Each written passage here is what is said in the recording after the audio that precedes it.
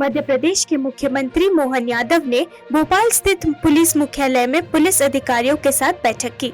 समीक्षा बैठक के बाद मुख्यमंत्री यादव ने कहा, मैंने पुलिस के काम करने के तरीके की समीक्षा की। जिस तरह से वो कुशलता से काम कर रहे हैं उससे मैं संतुष्ट हूँ। भविष्य में उनकी जरूरतों जैसे पुलिस स्टेशनों के क्षेत्राधिकार को बदलने, बड़े स्टेशनों के निर्माण और भर्ती पर चर्चा की गई। कुछ निर्णय भी किए गए, जैसे अधिक वाहन, धन उपलब्ध कराना तथा भविष्य में बटालियन बनाना। मैंने उनसे एक योजना बनाने को कहा जिसे आगामी बजट में लागू किया जाएगा। आज मैंने पुलिस विभाग की प्रदेश की मीटिंग में मैं शामिल हुआ और पुलिस की वर्तमान की जो अलग अलग प्रकार की जो गतिविधि चल रही है, जिस प्रकार से वो दक्षता से काम कर रहे हैं, उस पूरे काम को एक नज़र में जैसा कि नया मुखिया बनता तो स्वाभाविक रूप से एक मन में मेरी भी जिज्ञासा थी। मुझे संतोष है कि उनका अपना जो काम है बड़े अच्छे ढंग से हो रहा है और जिस प्रकार की भविष्य की कई चुनौतियां हैं, भविष्य में विकास के कई काम हैं और भी प्रकार से, जैसे थानों की सीमा बदलना या भविष्य में विस्तार के लिए उनकी भवन की आवश्यकता, भर्ती की आवश्यकता, पुलिस के जवान से लेकर अधिकारी तक के निजी उनके अपने जीवन की भी कोई कठिनाइयाँ हैं। ऐसे अलग अलग मानवीय पक्ष को लेकर भी भजन लाल शर्मा ने जयपुर के एक भव्य समारोह में राजस्थान के मुख्यमंत्री के रूप में शपथ ली, जिसमें प्रधानमंत्री नरेंद्र मोदी भी शामिल हुए। सांगानेर से पहली बार विधायक बने भजन लाल शर्मा को मंगलवार को भाजपा ने राजस्थान का मुख्यमंत्री नामित किया। श्री शर्मा के दो प्रतिनिधि हैं, जनता की राजकुमारी जो है दिया कुमारी, जो शीर्ष पद की आकांक्षा थी, और वरिष्ठ नेता प्रेमचंद बैरवा। भजन लाल शर्मा के शपथ लेने के तुरंत बाद दिया कुमारी और प्रेमचंद बैरवा ने उप मुख्यमंत्री पद की शपथ ली। शपथ समारोह में गृह मंत्री अमित शाह, रक्षा मंत्री राजनाथ सिंह और कुछ भाजपा शासित राज्यों के मुख्यमंत्रियों सहित अन्य लोग शामिल हुए। शपथ ग्रहण में राजस्थान के पूर्व मुख्यमंत्री अशोक गहलोत भी शामिल हुए। भारत की राष्ट्रपति द्रौपदी मुर्मू ने 15 दिसंबर को विजय दिवस मनाने के लिए आर्मी हाउस में स्वागत समारोह में भाग लिया। इस कार्यक्रम में उपराष्ट्रपति जगदीप धनखड़, रक्षा मंत्री राजनाथ सिंह और सेना प्रमुख जनरल मनोज पांडे भी शामिल हुए।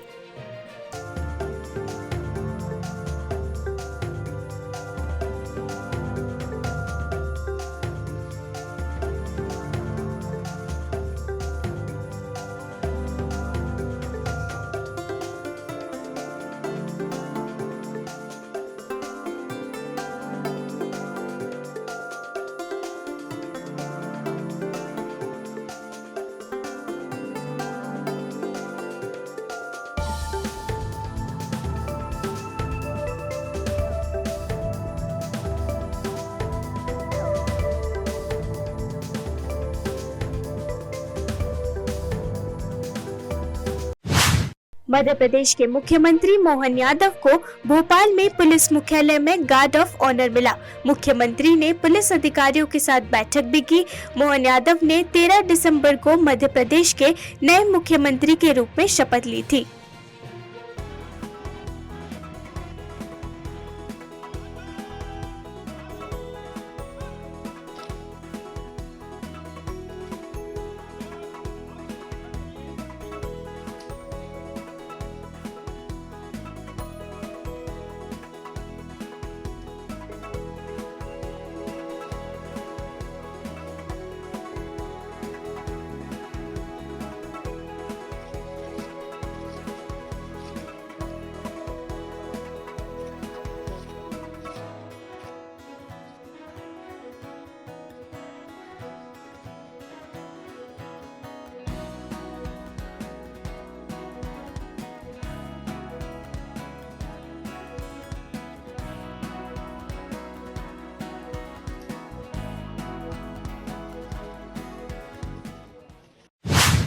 हालिया सुरक्षा उल्लंघन की घटना पर संसद में चर्चा की मांग करते हुए आम आदमी पार्टी के राज्यसभा सांसद राघव चड्ढा ने शुक्रवार को सवाल किया कि जब हमारे देश में सबसे सुरक्षित माने जाने वाली जगह में उल्लंघन हो रहा है तो हमारा देश कैसे सुरक्षित है।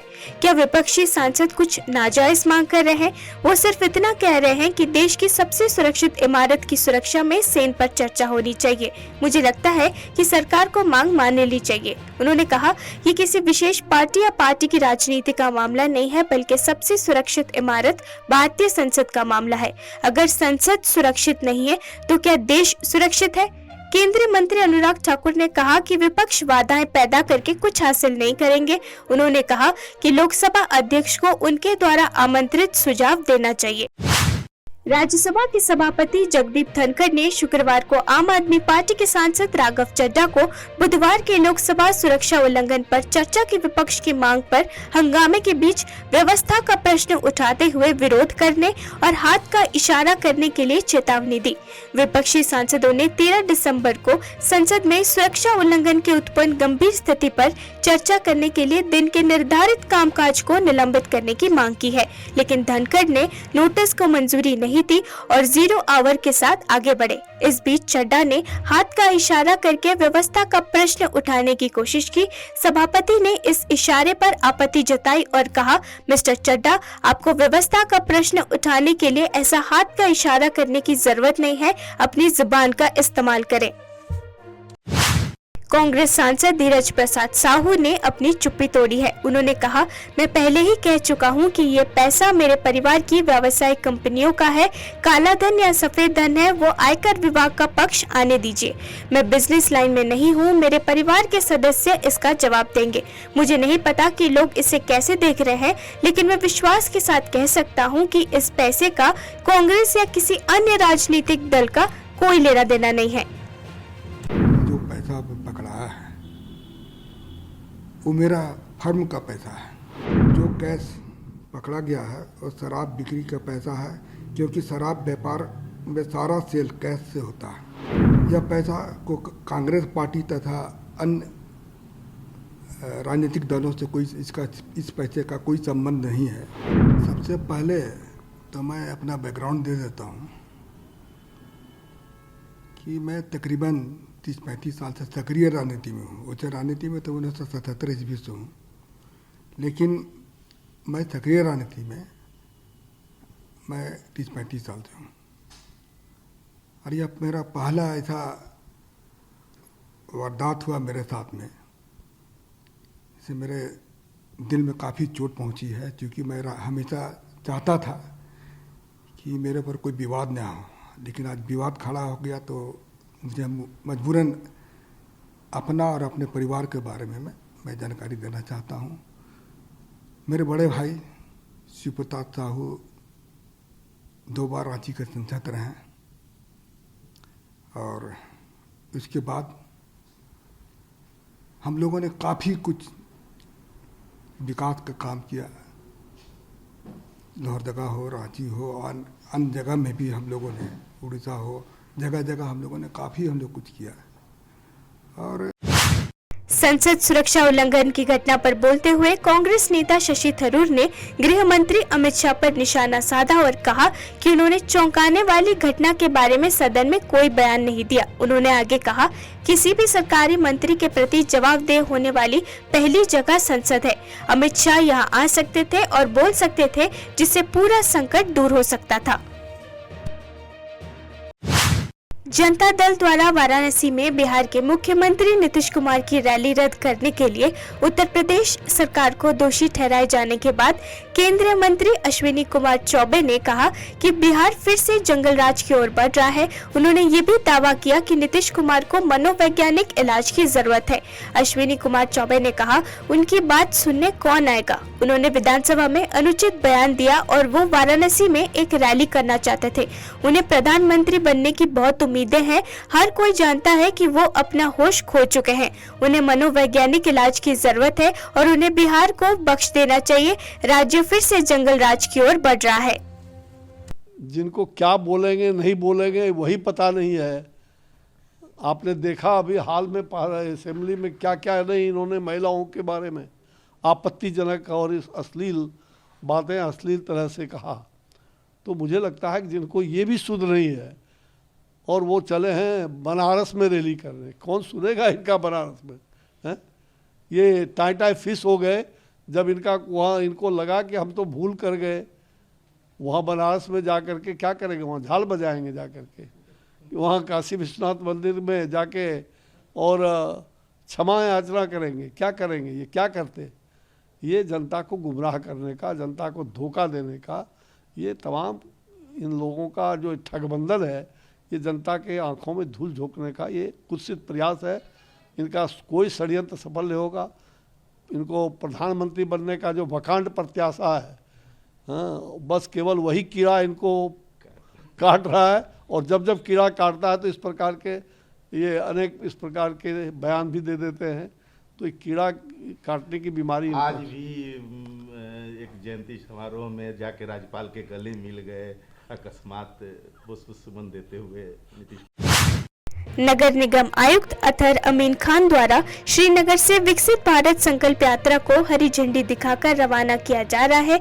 इस यात्रा का उद्देश्य संभवतः क्षेत्र के विकास और प्रगति की वकालत करना है और ये श्रीनगर के लोगों के लिए महत्वपूर्ण विभिन्न मुद्दों और चिंताओं को संबोधित करने का एक अवसर हो सकता है।